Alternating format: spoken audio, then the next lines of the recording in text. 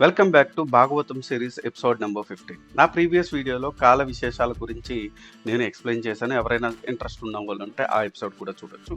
ఈ ఎపిసోడ్లో బ్రహ్మదేవుడు సృష్టిని ఎలా స్టార్ట్ చేశాడు, ఎలా క్రియేట్ చేయడం స్టార్ట్ చేశారు అనేది ఎక్స్ప్లెయిన్ చేస్తున్నాను. Let's get into the video.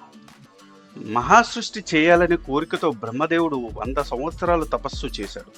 ఆ సమయంలో ప్రచండంగా గాలులు వీచాయి. ఆ గాలి ధాటికి తాను కూర్చున్న కమలం ఊగిపోతుంటే వెంటనే గాలిని నిరోధించాడు. అక్కడున్న నీటి మొత్తం త్రాగేసి ఒక్కసారి ఆకాశం వైపు చూశాడు. ఆకాశంలో జలం కనిపించింది. అందులోనే ఒక పద్మం కూడా ఆయనకి కనిపించింది. ఆ పద్మం రేకుల్లో ఎన్నో లోకాలు ఆయనకి దర్శనమిచ్చాయి. వాటిని చూసేసరికి ఆయనకి తిరిగి సృష్టి చేయాలన్న విషయం గుర్తుకొచ్చింది. వెంటనే ఆ పద్మంలోకి ప్రవేశించి తన తపశ్శక్తితో 14 భువనాలను, వాటిలో దేవతల్ని, మానవుల్ని, పశుపక్షాదులను, స్థావరాలను క్రమంగా సృష్టించడం ప్రారంభించాడు. తన సృష్టిని మొత్తం 9 వర్గాలుగా చేశాడు.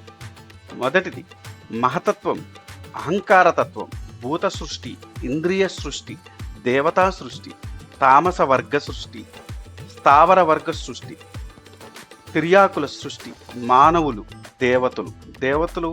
బ్రహ్మదేవుడు తాను సృష్టిస్తాను అని అనుకోగానే ముందుగా శరీరం మీద అభిమానం గల మోహం అనేది పుట్టింది. తరువాత భోగాల మీద ఆసక్తి ఉన్న మహామోహం పుట్టింది. కోరికలు తీరకుండా పోయేసరికి కళ్ళకి కనిపించని క్రోధం పుట్టింది. తరువాత క్రమంగా మృత్యుభయంతో కూడిన తామిశ్రం, అంధతమిశ్రం అనే పుట్టాయి. ఈ 5టిని అవిద్యా పంచకం అంటారు. వీటి వల్ల చిత్తభ్రమ కలుగుతుంది. ఇలాంటి అవిద్య విశేషాలతో సృష్టి చేయడం చాలా పాపం అని బ్రహ్మదేవుడు భావించాడు. అవి తన నుంచి పుట్టినందుకు బాధపడుతూ పరమాత్మని ధ్యానించి తిరిగి పవిత్రుడయ్యాడు. బ్రహ్మదేవుడు తన మనసు నుంచి పరమ పవిత్రులు, బ్రహ్మచారులు అయిన సనక, సనందన, సనాతన, సమత్కుమారులనే నలుగురిని సృష్టించాడు. ప్రజలను ఉత్పత్తి చేయండి అని ఆదేశించాడు. అయితే వారు బ్రహ్మ ఆదేశాన్ని తిరస్కరించి మేము సంసారులం కాము, మోక్షం కోసం శ్రీమన్నారాయణనే ఆశ్రయిస్తాం అని వెళ్ళిపోయారు. బ్రహ్మకు ఎంతో కోపం వచ్చింది. ఆయన కోపమంతా బురుకుటిలో నిర్లిప్తమై దాని నుంచి క్రోధ స్వరూపంతో నీల రంగులో ఉన్న ఒక పురుషుడు ఆవిర్భవించాడు. పుట్టగానే ఆ శిశువు రోధించడం ప్రారంభించాడు. తరువాత ఏడుపు ఆపి బ్రహ్మతో నేనెవరిని, నా పేరేమిటి, నేనెక్కడుండాలి, నేనేం చెయ్యాలి అని ప్రశ్నించాడు. బ్రహ్మ అతనితో నాయనా, నీ పేరు రుద్రుడు. సూర్యుడు, చంద్రుడు, పంచభూతాలు, వీటితో పాటు ఇంద్రియాలు, ప్రాణం, తపస్సు, హృదయం అనే ఈ 12 స్థానాలలో నీవు ఉండవచ్చు. నీకు మనువు, మహాకాల, మహత్తు, శివ, ఋతధ్వజ, ఉరుత్కెరేస్క, భవ, కాల, వామదేవ, ధృతవ్రత అనే 11 పేర్లుంటాయి. అలానే నీ 11 రూపాలకి ధీ, వృతి, ఉసన, ఉమ, నియుత్, సర్పి, ఇలా, అంబిక, ఇరావతి, సుధ, దీక్ష అనే పేర్లతో 11 మంది భార్యలు కూడా ఉంటారు. నీవు నీ భార్యతో సంసారం చేసి సృష్టిని పెంపొందించాలి అని ఆదేశించాడు. బ్రహ్మ ఆజ్ఞను అనుసరించి రుద్రుడు తన 11 రూపాలతో తనతో సమానులైన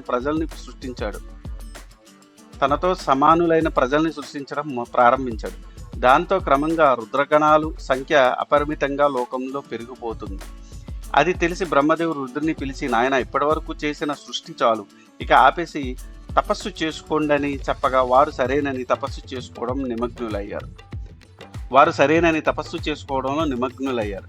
బ్రహ్మదేవుడు తన శరీర భాగాల నుంచి 10 మంది మహాపురుషులను సృష్టించాడు. తన బొటనివేలు నుంచి దక్షుణ్ణి, తొడ నుంచి నారదుణ్ణి, నాభి నుంచి పులహణ్ణి, చెవుల నుంచి పులస్తుణ్ణి, చర్మం నుంచి భృగువుని, చేతి నుంచి క్రతువుని, ముఖం నుంచి అంగిరసుణ్ణి, ప్రాణం నుంచి వశిష్ఠుణ్ణి, మనసు నుంచి మరీచిని, కళ్ళ నుంచి అత్రిని ఆవిర్భవింపచేశాడు. బ్రహ్మ కుడి వక్షస్థలం నుంచి ధర్మం, వెన్ను నుంచి అధర్మం, మృత్యువు జన్మించాయి. ఆయన ఆత్మ నుంచి మన్మధుడు, కనుబొమ్మల నుంచి క్రోధం, పెదాల నుంచి లోభం, నోటి నుంచి సరస్వతి, పురుషాంగం నుంచి సముద్రాలు, అపానం నుంచి నివృత్తి, నీడ నుంచి కర్దముడు జన్మించారు. ఇది ఈనాటి వీడియో. మరికొన్ని ఇంట్రెస్టింగ్ వీడియోస్ కోసం మీరు చేయాల్సిందల్లా మా ఛానల్ సబ్స్క్రైబ్ చేసుకొని బెల్ నోటిఫికేషన్ ఆన్ చేసుకొని పెట్టుకోండి. ఈ వీడియో కనుక మీకు నచ్చితే do like, share and subscribe. Thanks for watching. జై సనాతన ధర్మం.